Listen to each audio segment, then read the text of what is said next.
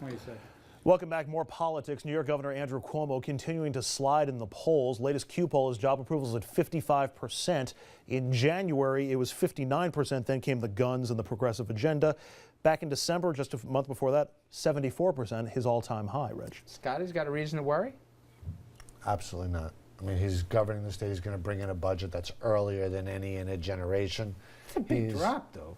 15, 20 points in a month and a half. It's not getting less divisive. Listen, the fact is the governor's numbers were in the universe that you couldn't see.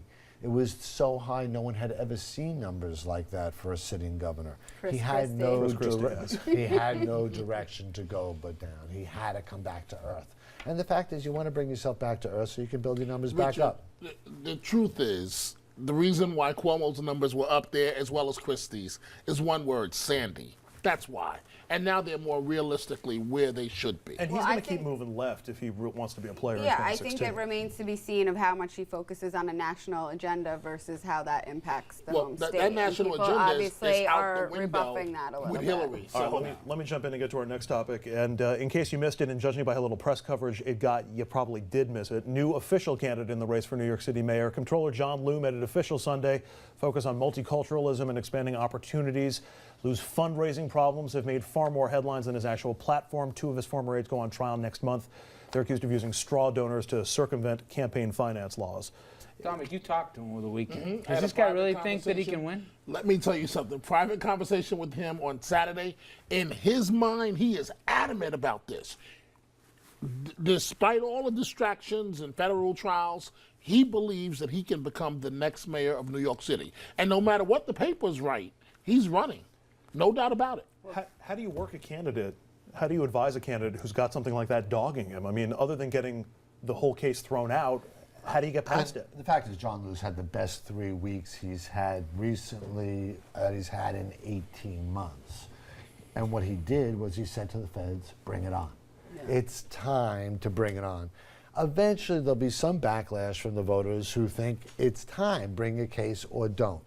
But no one can win with this kind of shadow hanging over them. It's been a shadow equivalent to a solar eclipse.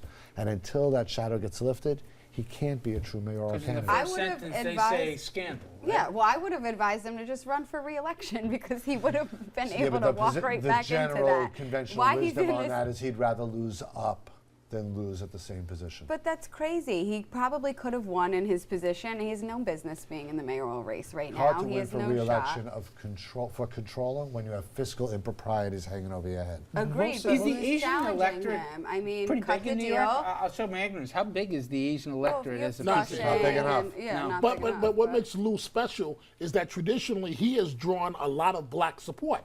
Therein lies the problem. The black support, the same problem for Christine Quinn, goes to Bill Thompson, the African-American candidate. So this will be interesting to see what Liu does without that black base. Just waiting to see how long into this conversation it was until Bill Thompson's name came up. Well, I mean, Well, you know, it's just funny. It always seems, I'm sorry, people want it more for Bill Thompson than Bill wants it for himself. At some point, and I like Bill, but he's got the to Thompson talk folks, about that you know as what, well. Richard, a lot of people say that, but let's just face the objective facts. Billy Thompson just raised $1 million without anybody seeing him sweat.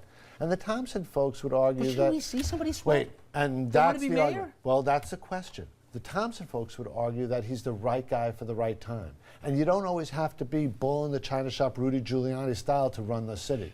Sometimes the city calls for... perception, Scott, he didn't want it bad. he did want to know.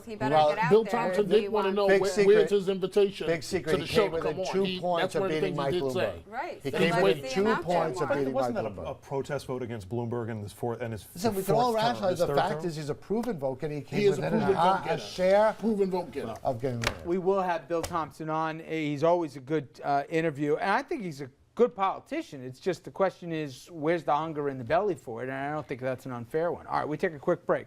When we come back, Bloomberg's at it again here, as they say, Nanny Bloomberg. This time wants to hide cigarettes from the kiddies. Is he right here? Step back. Is it really that bad an idea, or one more time is he going too far? We'll be right back.